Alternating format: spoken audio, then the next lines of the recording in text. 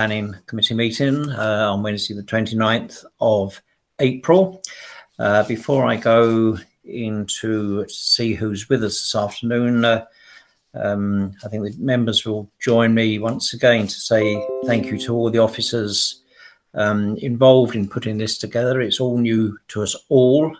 The way we're using the computer and so forth. I'm not a whiz kid at computers, I've mentioned before, and I know there are other members who have difficulties as well. But again, thank you very much. And again, of course, hope all your families are and yourselves are keeping well. I will run through names. This is not in alphabetical order. I will go through the names of the planning committee and officers, and if you could say yay, you're here, or whatever, please don't be rude because we're live, just to let me know. So Councillor Steve Alban. Yes, here. Councillor Alan Curry. Yes, present. Councillor Ruth Duckworth. Yes. Thank you, Councillor. Councillor Gary Taylor. I believe he may be a little bit late, I understand. Councillor Rzeski, sorry, I understand you are standing in for Councillor Dennis. Correct, and yes, I'm here. Thank you. Councillor Jill Bayford. Present, Chairman. Councillor Keith Coleman-Cook. Present. Councillor David Hart. Present. Councillor Linda Wright. Present. Councillor Mike Gardner. Present, I'm here. Councillor Matthew Scott. Present. Councillor Heather Keane. Present. Councillor Pat Moore.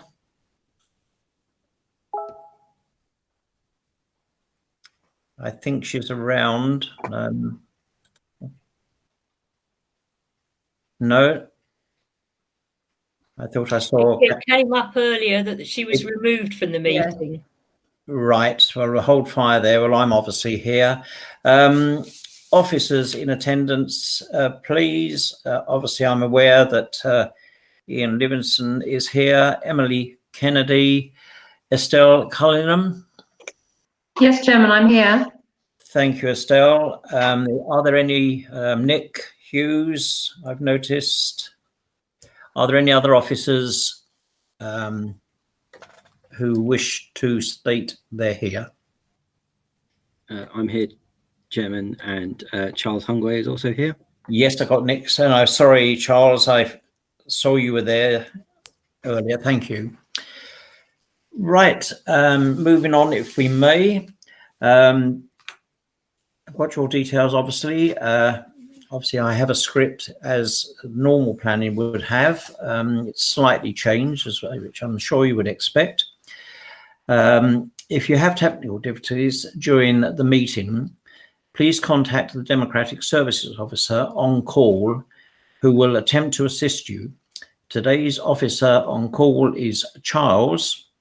His number is 577186. His number will be included at the top of the chat stream for your convenience. I would ask participants, when you are not speaking, please to mute your microphone. This minimizes background noises and will help everybody else who can to listen to the proceedings.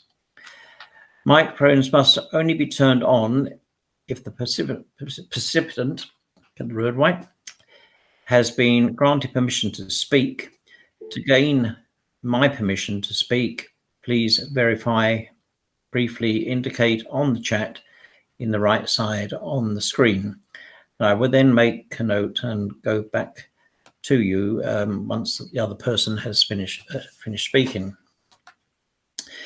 As usual, would everybody make sure that their mobile telephones are turned to silent, and they must not use or make any calls, record, or checking emails and conducting any other business during this planning meeting.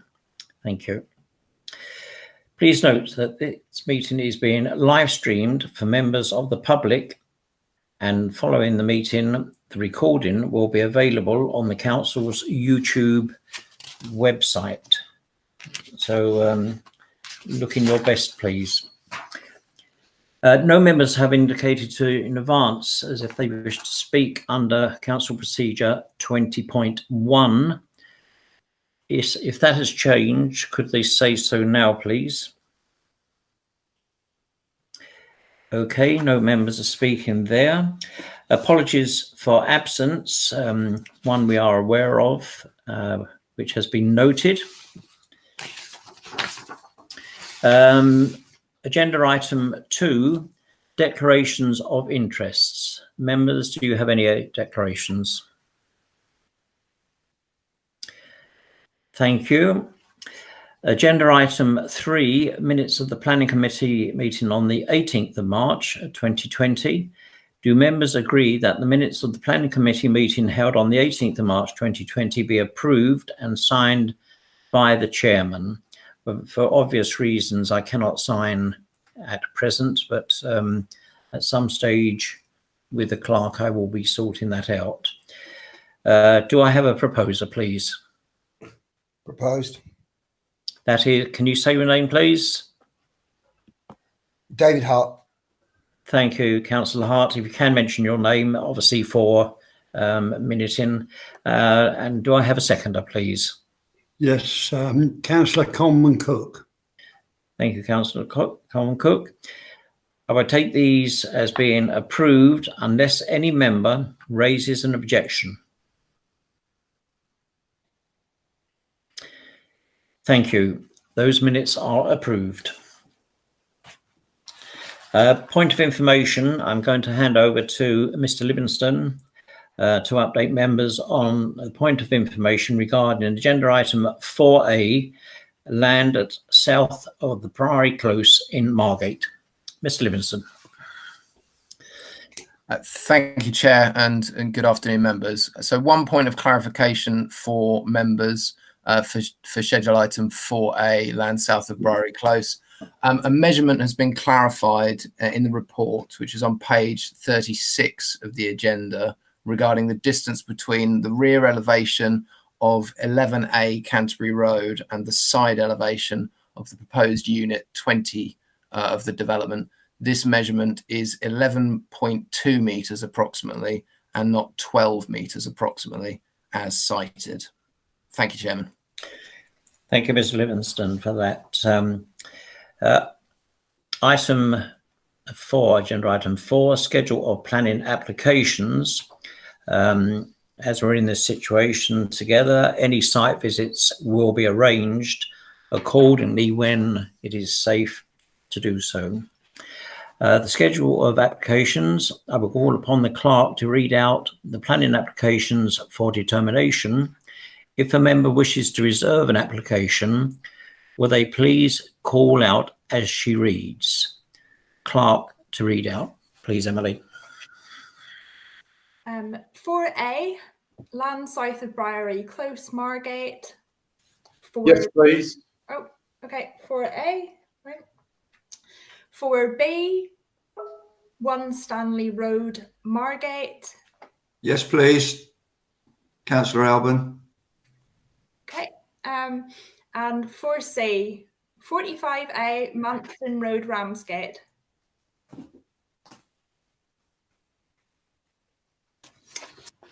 Thank you, members.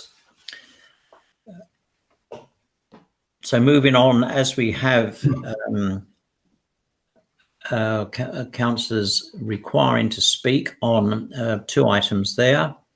Can I move to item? Yeah, sorry for interrupting. I would like to speak also on the Stanley Road application. I didn't put my microphone on at the time. That's fine, Councillor Curry, which is item 4. We made a note of item 4A and yes. item 4B. It would be 4B. 4B, yes. So what we want to do is approve the one that wasn't reserved for speaking. Thank you. I'll come back to members there, but can I have a proposer for the application that hasn't been reserved, which is item 4C?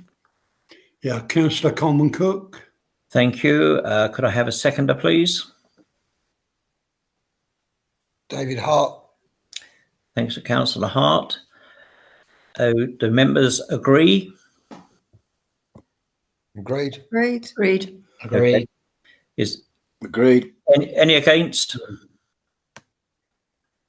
Any abstentions? That has been carried. Thank you.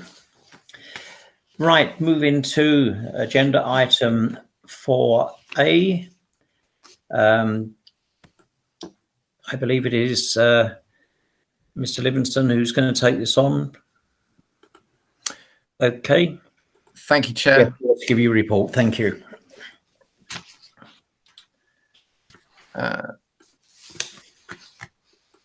Okay. Thank you, members. I'll just wait for, there we go, that should have the item there. So the application is for the land south of Briery Close, Margate. So this is a reserve matters application for 24 dwellings off Briery Close. Just to update members, since the agenda was published, we've received 2 additional representations raising concerns about the impact on dwellings, living conditions on properties adjacent in terms of overlooking sensitive enclosure, and also raised concerns about pollution and biodiversity impact and loss of trees on the site. So the site is outlined in red.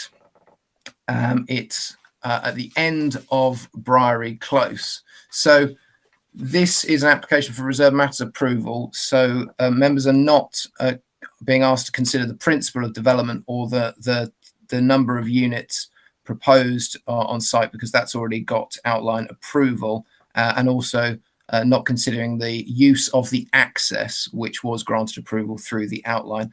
Only the detailed design, layout, scale, and landscaping, as well as the appearance of the proposals. So moving through the aerial photographs of the site. So the site is the green part of the field here. So you can see Briery Close running to the site, and the main Canterbury Road that runs from Westgate to Margate. And this is a view from the west looking towards the site. So you can see there's existing trees on the western boundary and southern boundary of the site. This is a view from the northwest looking towards the site. So again, another view of those trees and the site. So the site is surrounded by countryside. The site adjacent, as shown here, is part of the strategic allocation in the draft local plan for the 2,000 houses at Westgate and Garlenge. So it's surrounded by that strategic allocation. And then this is an aerial view showing the properties to the rear of Canterbury Road to the site. So you see this is looking from the north to south, and again showing where it's located in the district in relation to the countryside.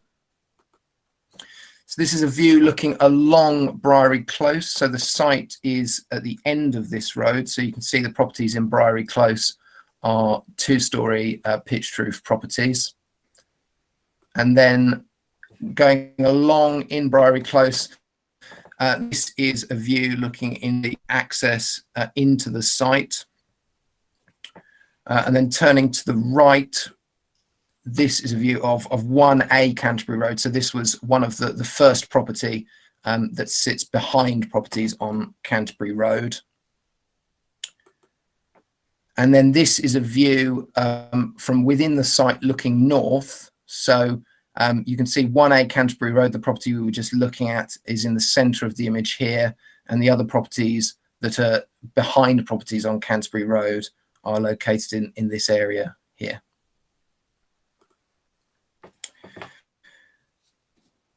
So the proposal is for 24 dwellings to be erected. All of the dwellings proposed are 2-storey, except for one bungalow, which is located in this area here, as indicated by the cursor. It's a mix of 2- and 3-bedroom dwellings, predominantly semi-detached, with one set of terrace properties down in the southeast corner of the site. In terms of provision of parking, there are 2 spaces per dwelling off-street that are provided, with 6 visitor spaces provided for the development as well. The trees that were identified on the photos, the trees on the western part of the site and southern part of the site, are being retained as part of the development, so they're shown on the site plan before you. And as mentioned, the total number of dwellings has been approved at outline, and it is considered that the density of development has already therefore been found to be acceptable on this site.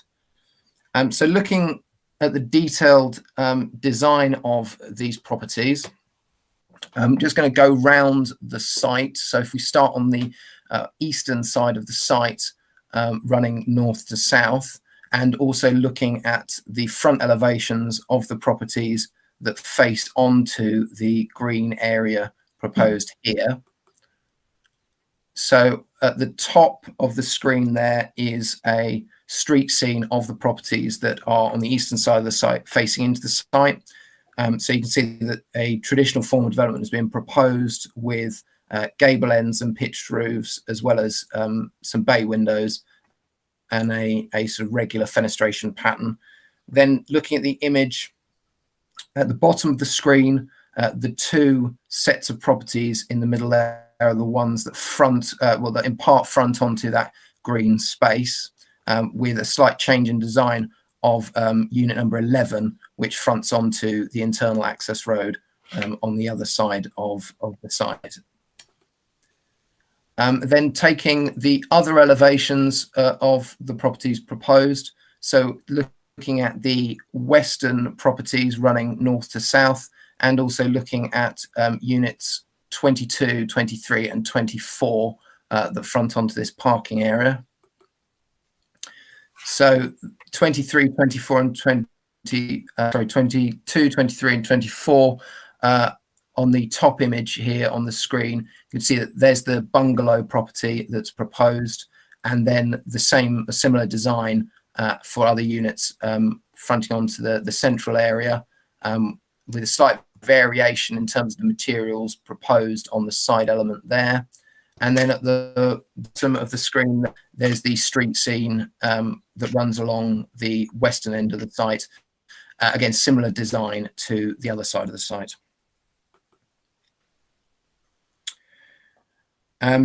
So the other section that I'm going to show you is the section just showing the side elevation of unit number 24, and then the side, but actually the front elevation of the units at the south of the site, unit 10 and unit 11, just so members can see that as well. So unit 10 and 11 are on the left-hand side of that image, which have a slight variation in design and have tile hanging to the first floor.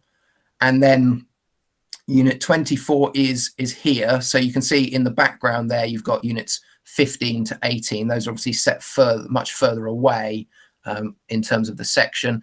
But you can see that the design of number 24 is slightly different in so much that you've got a 2-story side element, and then the main body of the building is set back. So it looks like this. So this is one of the sort of, when you come into the site, you would see the side of that property as you enter the site. So looking at the proposed materials for the development, it's proposed to have clay roof tiles, rub brick arches. It's primarily red brick around the development, but with some tile hanging elements, as well as black rain walls goods and black windows. So in terms of the materials, it's considered that the materials proposed would fit in with the character of the area, which is predominantly traditional in design and vernacular materials. There is a condition which is proposed to be put on the reserve matters approval, if it was to be approved, for samples of materials to be submitted. But the type of materials chosen is considered to be acceptable by officers.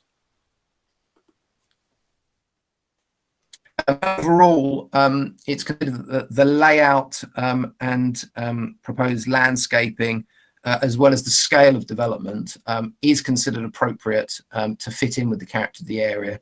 And so no concerns are raised by officers in regard to the impact on the character and appearance of the area. So turning to the impact on neighbouring properties, this is an aerial image showing the dwellings to the north of the site at 1A Canterbury Road, indicated, and then moving along right to left, it's number 9 Canterbury Road, number 9A Canterbury Road, and then 11A Canterbury Road and 11B Canterbury Road. So we've isolated the site plan at this point just to look at this relationship particularly. So in terms of Unit 20 here, so the frontage of Unit 20 fronts onto the access road. So the side elevation of this property faces towards the rear of 11A Canterbury Road. So moving to this image, so in the top right-hand corner of the screen, you'll see the side elevation of Unit 20, and then an enlarged version at the bottom right-hand side of the screen. So this elevation does contain a side window at first floor. However, this is a bathroom window which will be obscure glazed, and there's a condition proposed to obscure glaze that window, and therefore it isn't considered that any overlooking would be created from Unit 20 to the neighbouring property. The neighbouring property, as mentioned, is 11.2 metres away. The property on Canterbury Road is a 2-storey property. It's considered that, given the way that the building is actually sited and designed specifically, that you have the main bulk of the building is 15 metres away here, but it isn't considered that there would be a significant sense of enclosure created from the development by virtue of that relationship, or a loss of light to warrant refusal on that particular point. Now, this has been amended since the original submission came in, so this has been changed to try and better reflect the fact of its proximity to number 11A. With those changes as well, the property here, number 22, previously were a set of 2-storey properties, and this has been changed to a bungalow to avoid any overlooking to the neighbouring properties, which is 9 and 9A Canterbury Road to the north. Looking at then units 23 and 24, so these are 2-storey properties that do have first floor windows that face to the north and face towards the neighbouring properties. So 1A Canterbury Road here, this is a front garden that members will recall from seeing the image earlier, that is open for views from Briery Close into, and there is a distance from this property to the front elevation of 23 metres, and so it's not considered that there would be direct overlooking to warrant a significant loss of privacy from these windows. And in the same way, the distance between the angled window, in terms of the angle from number 9 to number 23, and the bedroom window here, which I will show you on this elevation. So looking at the rear elevation of units 23 and 24 here, in terms of the distance, it's considered sufficient that it wouldn't result in a loss of privacy to the properties to the north from the relationship as designed. So taking through some of the other issues that have come up through the reserve matters application. So the application originally sought to discharge a number of requirements that were put on the outline application in relation to archaeology and also drainage.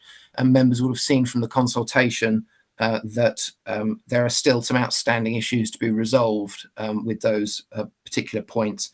and therefore the conditions on the outline have not been cleared in totality with regards to archaeology and drainage, so they will still remain in force.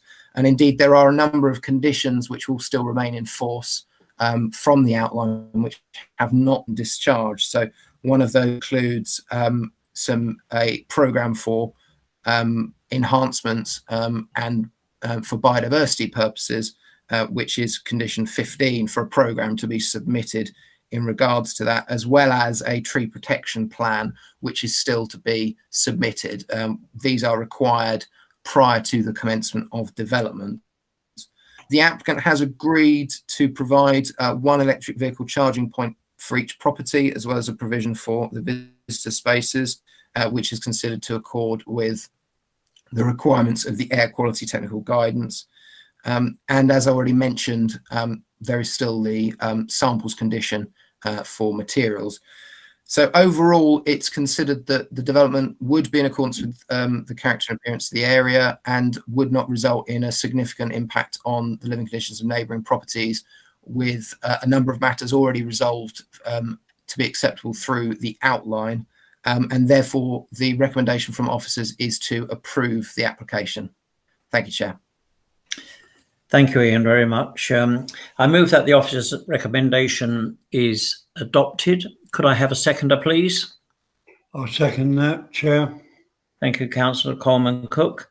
If members wish to speak about this application, please let the clerk know or myself. I do have for debate Councillor Garner.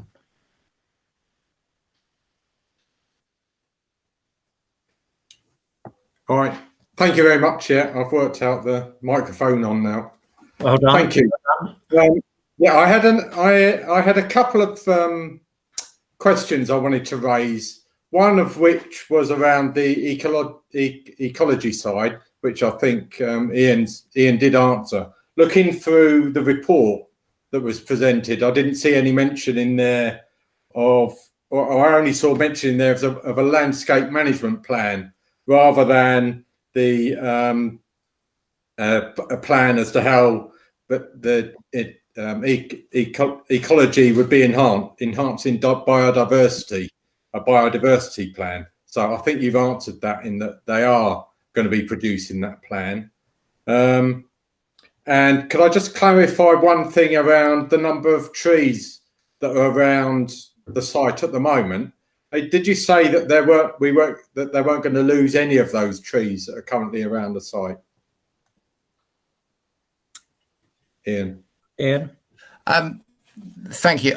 So the trees around the edge of the site are not proposed to be removed, so they are being retained. There are, I understand, there are a number of smaller trees or self-sown trees that are within the site. Obviously, it's a partially overgrown site, so they would be removed. Obviously, that are within the site at the moment, which was obviously part of the approval outline. There is a condition on the outline which requires the submission of a landscaping scheme specifically, which is condition 20 on the outline. And from the site plan, it shows that there are trees proposed to be in the middle of the site, but it's predominantly the trees around the outside, which are the more mature specimens that are being retained as part of the development. Okay. And so I've had a look at a number of developments around the Westward Cross area where new trees have been planted, and they seem to have just been left to their own devices, and a number of those have died as a result. So we'll part of this biodiversity plan ensure that the developers who are planting the new trees here and looking after the biodiversity of the site ensure that they will be maintaining and looking after those trees and other biodiversity for at least the first couple of years, so they become well established. Yes, well, there are 2 points actually where this is picked up. So one is picked up through the which is condition 21 on the outline, which is effectively looking at any trees or plants which within 5 years from the completion of the development die, should basically be replaced in the next planting season. But also we do feel, because there are landscaped areas that have been proposed as part of the scheme, that's why there is an additional condition being put on the reserve matters, which talks about a landscape management sort of information coming forward to actually work out how those areas are being maintained going forward. Okay, thank you. The other area I just wanted to ask about was affordable housing. I noted in the report that there are, I believe, six of the houses are going to be made available as affordable housing, but only 2 of those, I think, are 3-bedroom houses. And I know housing have asked for more of the 3-bedroom houses to be made available as affordable housing. Was that considered, and is there what the reasons are why that wasn't done? Yeah. Thank you. So in terms of the affordable housing provision, so it was proposed to submit that information with the reserve matters, but indeed there were queries about the composition of the mix that was being offered.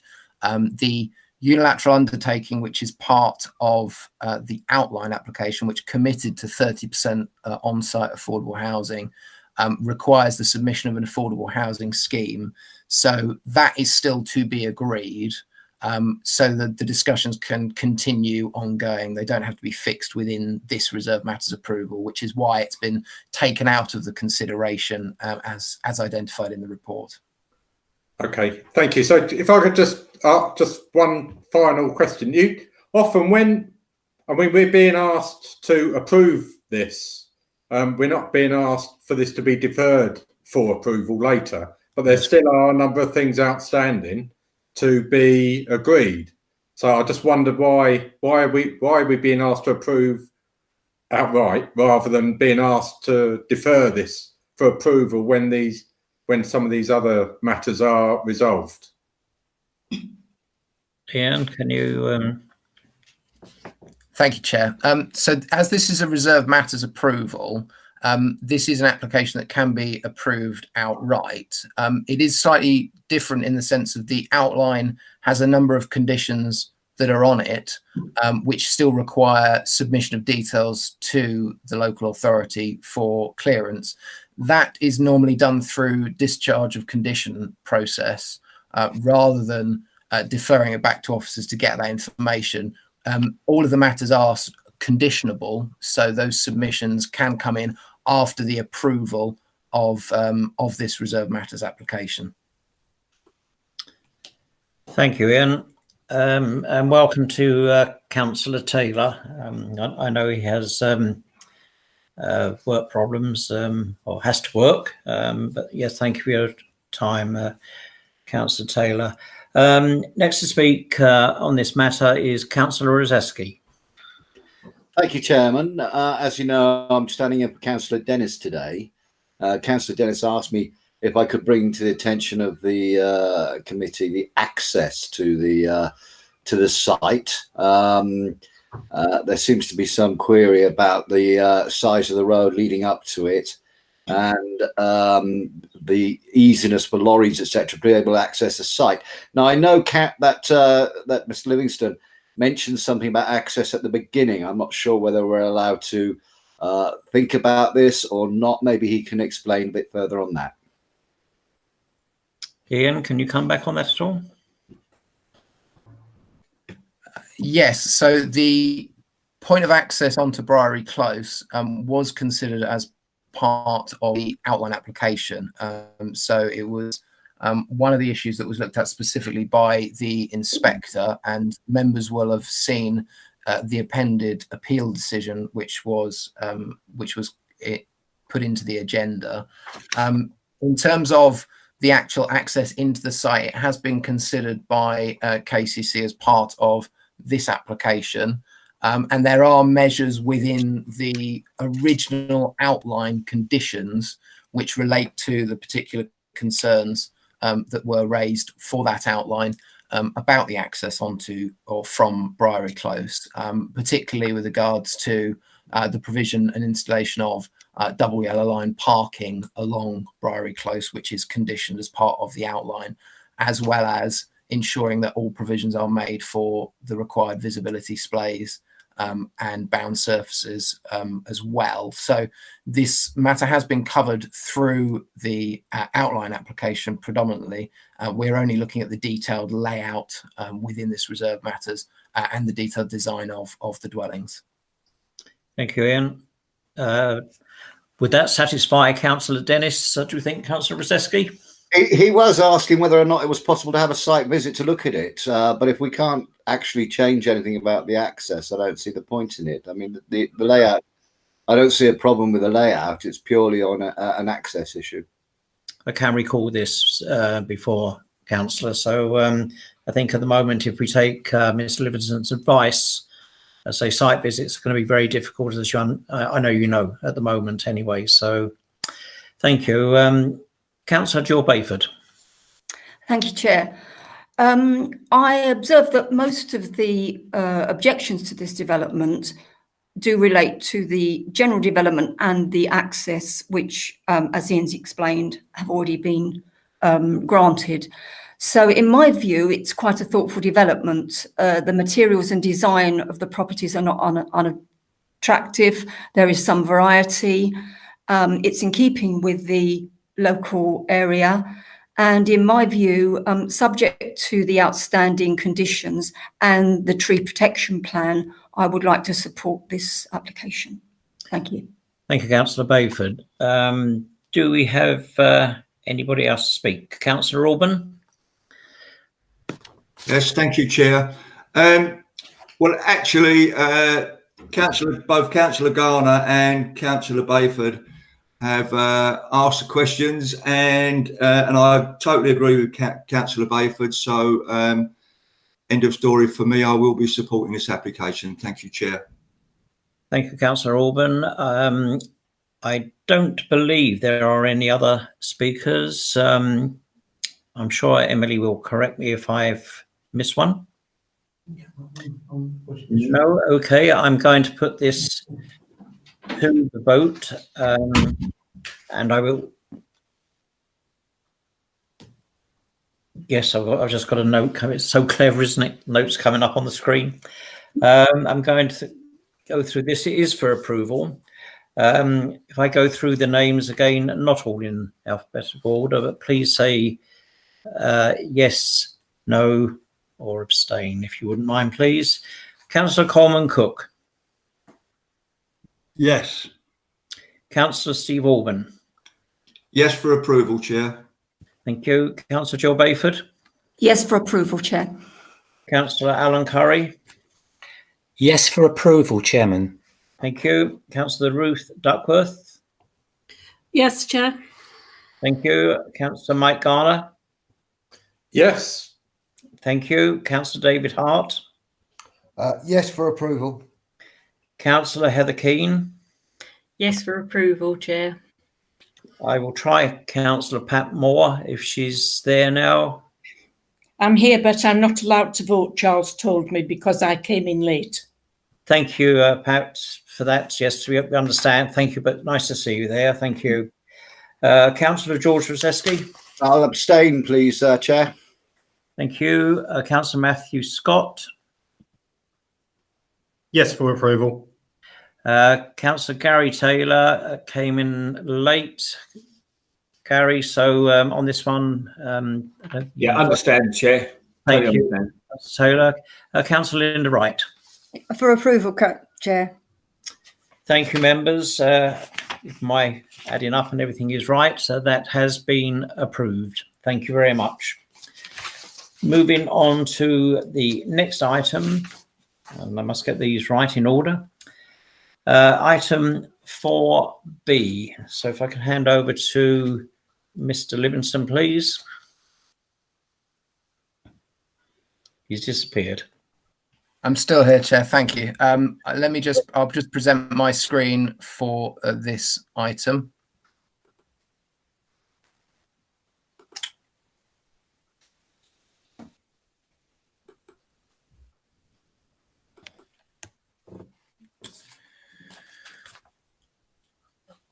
Okay. So the application site is for 1 Stanley Road, Margate. It's to change the use of the property, which is a dwelling, into 2 dwellings with a single-storey rear extension proposed.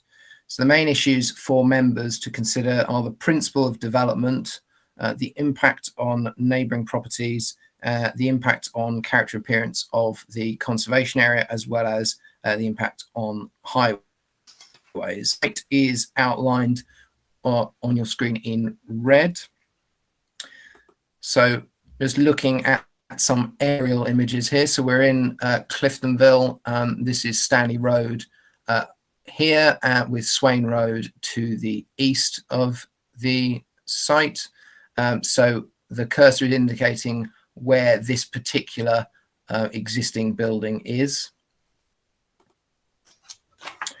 So this is a 3D image showing from Google the view of the rear of the building in question here. And this is a view of the front of the property itself. So this is a view from Stanley Road. And then this is a closer in view. And here is another view, and you can see there is a gate here, which is used to access the alleyway, which runs all the way along the back of properties on Swain Road.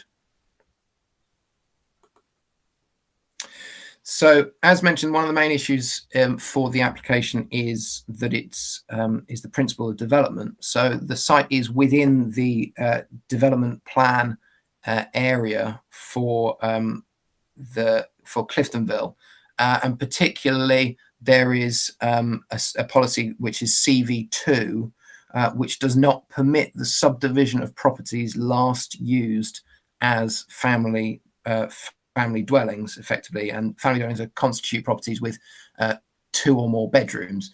So the property is a 5-bedroom property at the moment.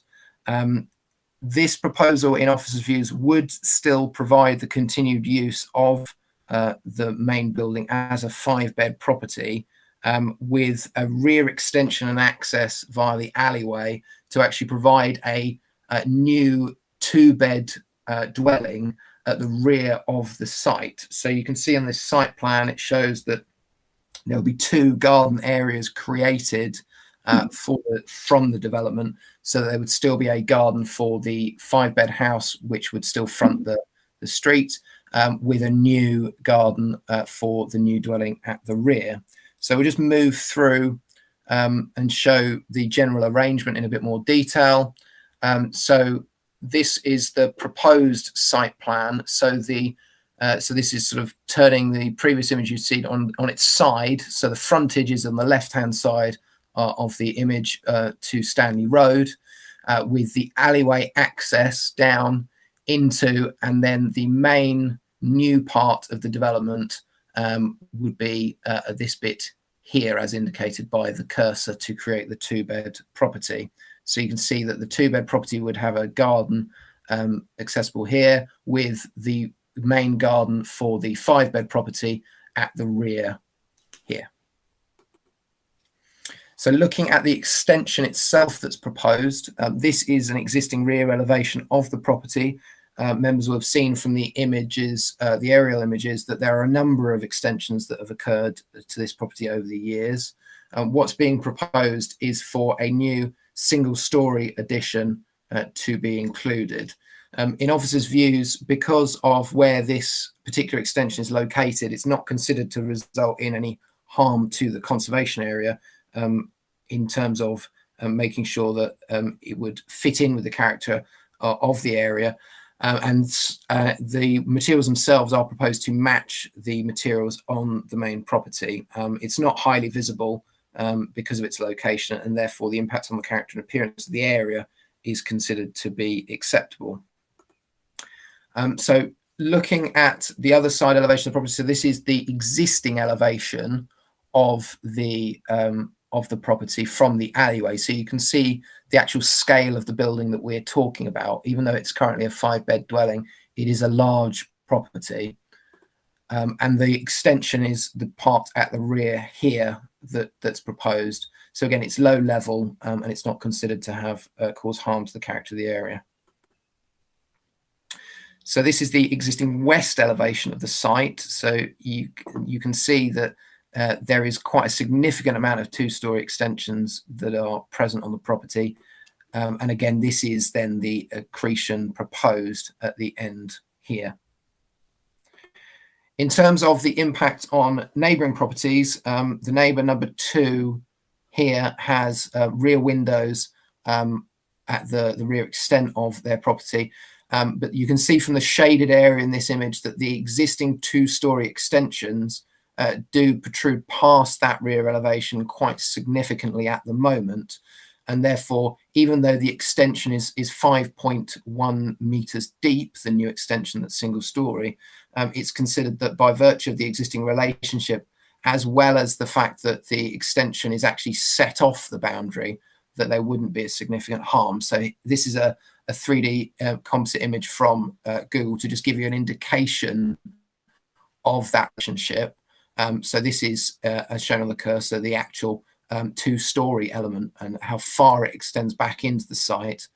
And then you can see here, again, this is with the extension on the back of the property. So you can see that two-storey extent at the moment.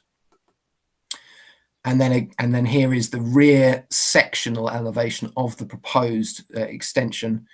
And you can see that it's set off from the boundary by about 2.3 metres. So it's not considered that there would be an impact in terms of living conditions of the neighbouring property from the proposal.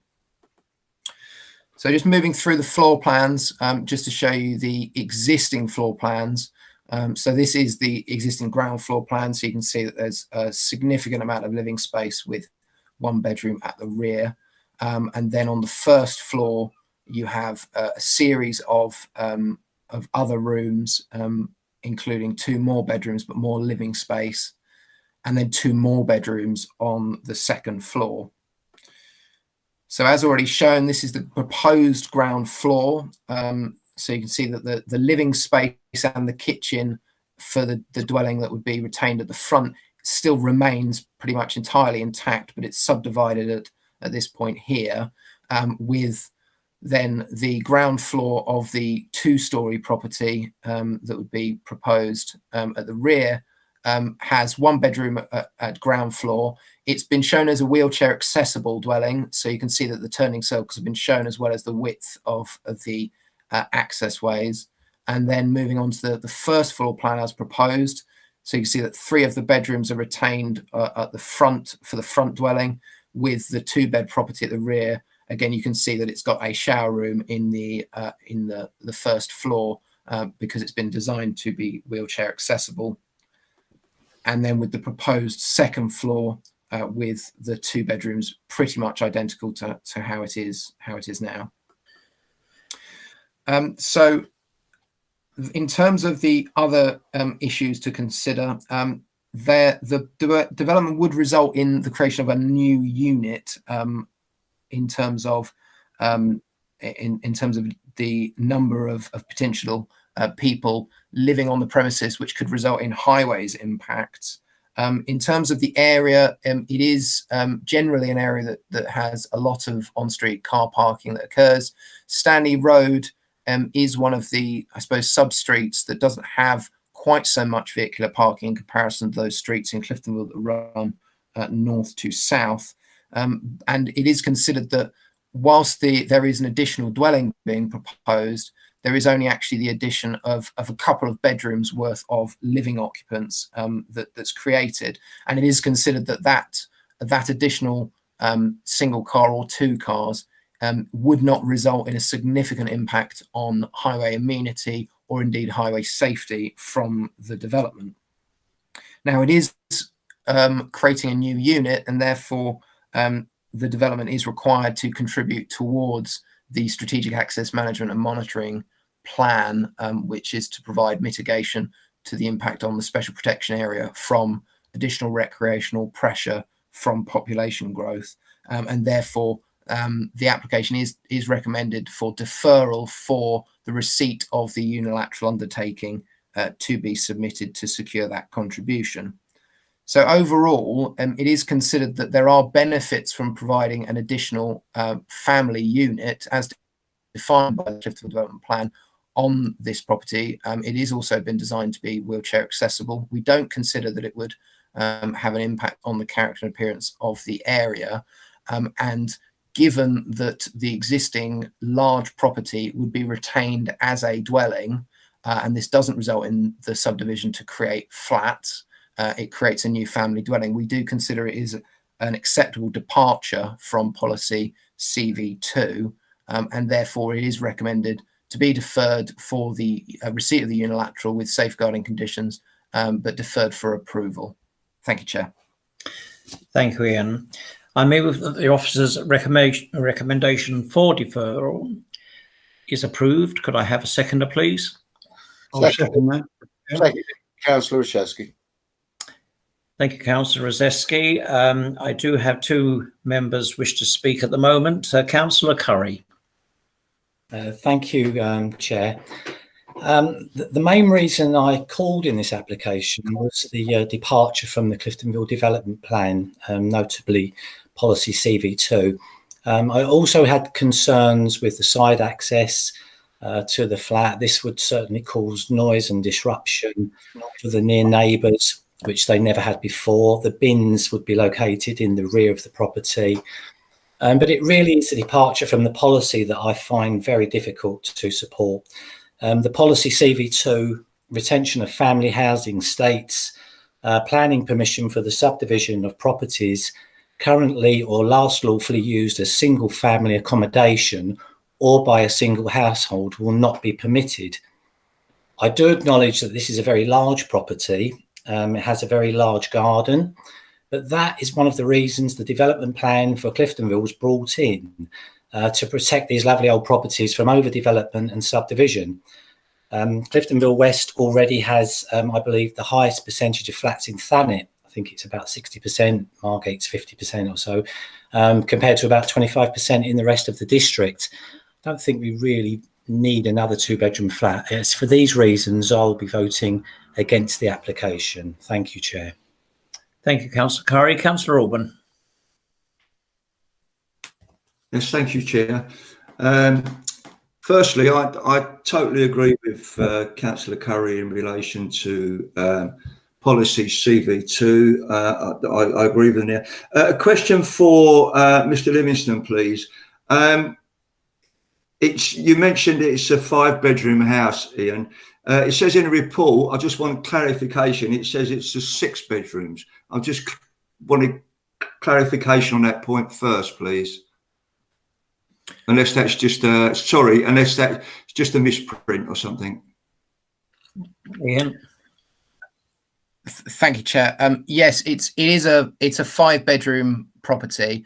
I think it is a misprint. There are 2 reception rooms and 2 kitchens, so it's got significantly more than a sort of 5-bedroom property would normally have, but it's not got 6 bedrooms as the report states.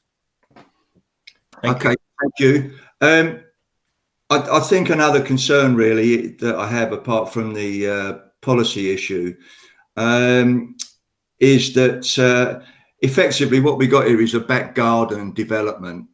We're putting a new dwelling in a back garden, and when I put that together with Councillor Curry's concerns regarding the issue on the CV2 policy, I think I will go along with Councillor Curry in relation, and I will not be supporting this application. Thank you, Chair. Thank you, Councillor Orban. Councillor Wright. Thank you, Chair. Ordinarily, I wouldn't support this application either, but added to the fact that there is disabled facilities, which we badly need, I will be supporting the application. Thank you. Thank you, Councillor Wright. Councillor Keane. Councillor Keane. I'm looking for you. It's all right. Thank you. Sorry about that, technical problems. Yeah, I just wanted to say I will also not be supporting this because of the contravention of the Cliftonville plan. And I think it's really important in such an overdeveloped area that we don't allow more development like this. Thank you. Thank you, Councillor Keane. Councillor Hart. Thank you, Chair. Just a quick question. Is this a family house or is it an HMO? Ian?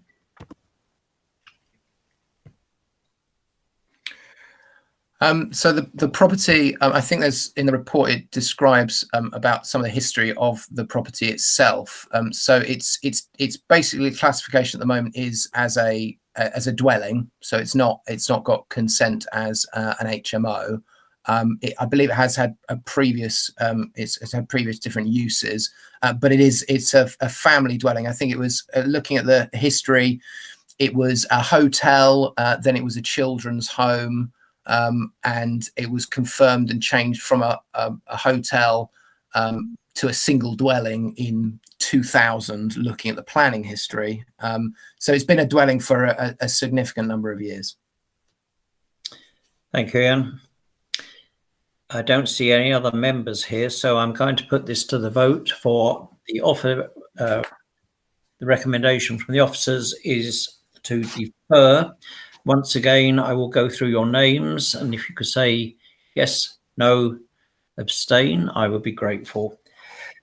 Councillor Coleman-Cook. Yes. Councillor Steve Alban. No. Councillor Jill Bayford. No. Councillor Alan Curry. No. Councillor Ruth Duckworth. No. Councillor Mike Garner. No. Councillor David Hart. No. Councillor Heather Keane. No. Councillor Pat Moore. No. Councillor George Rozeski. No. Councillor Matthew Scott. No. Councillor Gary Taylor. No. Councillor Linda Wright.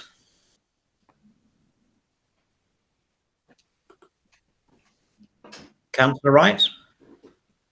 Yes. That motion has failed. I now come to Ian, if I may. Thank you, Chair. So I think this is pretty clear that members are concerned about the fact that it's contrary to policy CV2 of the Cliftonville Development Plan document, and therefore I think that if the Chair puts it to members for a member to propose a motion for refusal on the basis of that policy, then that would sum up the concerns that members have. Thank you, Chair. Thank you. I've just had a note from Estelle regarding voting. I would go against that as well. So if that puts another number. Okay, members, you heard Mr. Livingston's remarks there and a suggestion for refusal. Once again, I will go through. Sorry, Chair. If you could put it to members to seek a proposer for a motion, yes. And then we'll move to that. Thank you. I see I have one already. If I could put that to members for the proposal of refusal under the grounds of, as Mr. Livingston has stated. I did see Councillor Alban pop up there. So, Councillor Alban, please. You are proposing? Yeah, yes, I would propose that the application be refused on the grounds of it does not comply with Cliftonville proposal for Cliftonville policy CV2. Sorry if that sounds a bit odd, but no, that's fine. Thank you, Councillor Alban. Seconder, please. I'll second that, Chair. Thank you, Councillor Curry. Again, I will go through members. I know this may look a bit long-winded, but we have to do this.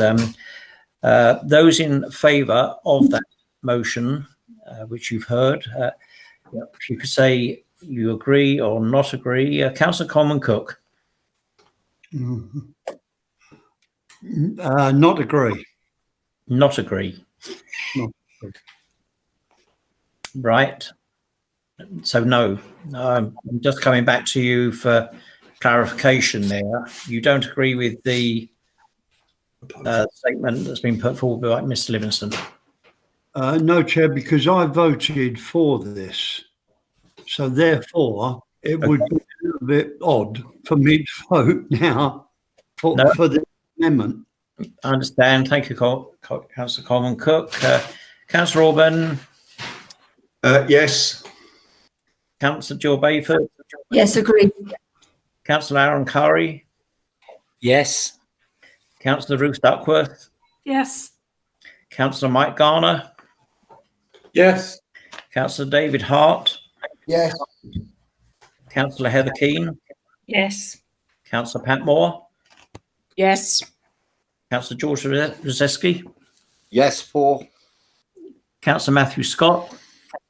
Agreed. Councillor Gary Taylor? Yes. Councillor Linda Wright? No. Myself, yes. Thank you, members, and thank you, Mr. Livingston, for that. Okay, that's gone through. We're moving on to item 4D. Once again, if I could hand over to Ian for his presentation, please. Thank you, Chair. So I'll just present my screen to the members.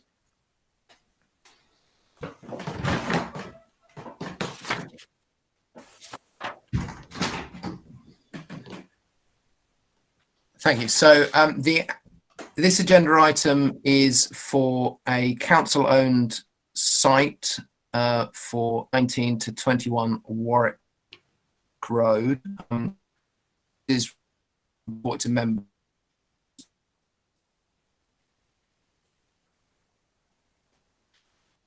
And so is council project to convert It's all gone quiet over there. 9 2-bed extensions at the front and Where the rear. A number of Mr. Livingston, totally. Can I ask other councillors, please, to mute their microphones? We cannot hear Ian at the moment. Ian, if you can hear me, we can't hear you. Can now. Right. I will. Hopefully, you can hear me now. Yes. So, and you can also see the image for the site, which is outlined in red. So, this originally was a council project which came before members to convert the hotel into 9 2-bed flats with the removal of extensions at the front and the rear. What members are considering is a minor non-material amendment application to make some changes to the development as already approved. So this is an image from last year from Google Street View, just showing the front of the site. And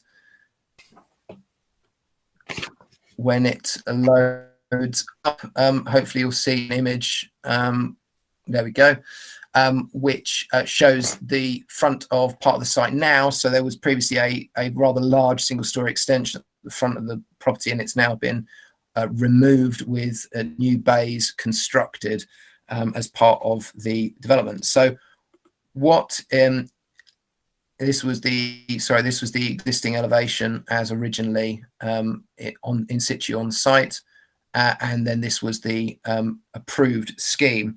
So the proposed change is to remove some ramps at the front of the property that were originally approved. So the ramps are in this location here on the image, and also to the rear. Now the reason why it's proposed to remove these ramps is because the internal levels have been changed in the building so that all entrances are currently wheelchair accessible. So there's no longer a need for those ramps to be present. It's also proposed to make to not make some external changes to the facade of the building and to retain the brickwork as shown on the frontage and not render the property at the first and upper floor levels. So the question for members for this particular application is whether or not the changes proposed under section 96A are non-material or not, having regard to the effect of the change on the original development. And it's considered that by virtue of the two particular things that have changed, the fact that the entrances are still wheelchair accessible and they're removing alterations at the front, and also keeping the existing materials exposed as on the building at the moment, that therefore those changes are non-material to the development, and therefore the recommendation is that the application should be approved. Thank you, Chair. Thank you, Ian. My mistake earlier, that is agenda item 5 on my list here, so apologies if anybody's got confused there. I move that the officer's recommendation is adopted, and that is to approve. Can I have a seconder, please? I'll second that, Chair. Thank you, Councillor Cook. Said something nearly wrong. Councillor Cook, do you wish to debate this, members? I've seen nothing come up on my screen. So I will go through the names once again. So if you approve, yes. If you're against, no. And if you abstain, please say so. Councillor Coleman Cook? Yes. Councillor Orban? Yes. Councillor Yes. Bayford? Councillor Curry? Yes. Councillor Duckworth? Yes. Councillor Rozeski? Yes. Councillor Garner? Yes. Councillor Hart? Yes. Councillor Keane? Yes. Councillor Moore? Yes. Councillor Scott? Yes. Councillor Taylor? Yes. And myself, yes. Have I missed anyone? Thank you. That has carried. If my paperwork and everything else is correct, which I hope it is, that brings to the end of our first. Sorry, Councillor Wright didn't vote. Councillor Wright, I'm a yes. you're a yes. Thank you, Councillor Wright. As I say, on my paperwork here, that does conclude. I'm sure I'll be told on here. Yes, the motion is carried, by the way. I know I have to look at my screen as well, and it popped. You gather I'm getting to know how it works. That does conclude this first meeting of planning, the way we're using everything. I hopefully it's gone well, and I thank all members, as I did earlier on, and the staff and officers for all the background work that we can't see, but they're keeping an eye on us, because I think we all know this has to be conducted correctly. So members, I'll say good afternoon to you. Please stay safe, and till the next time.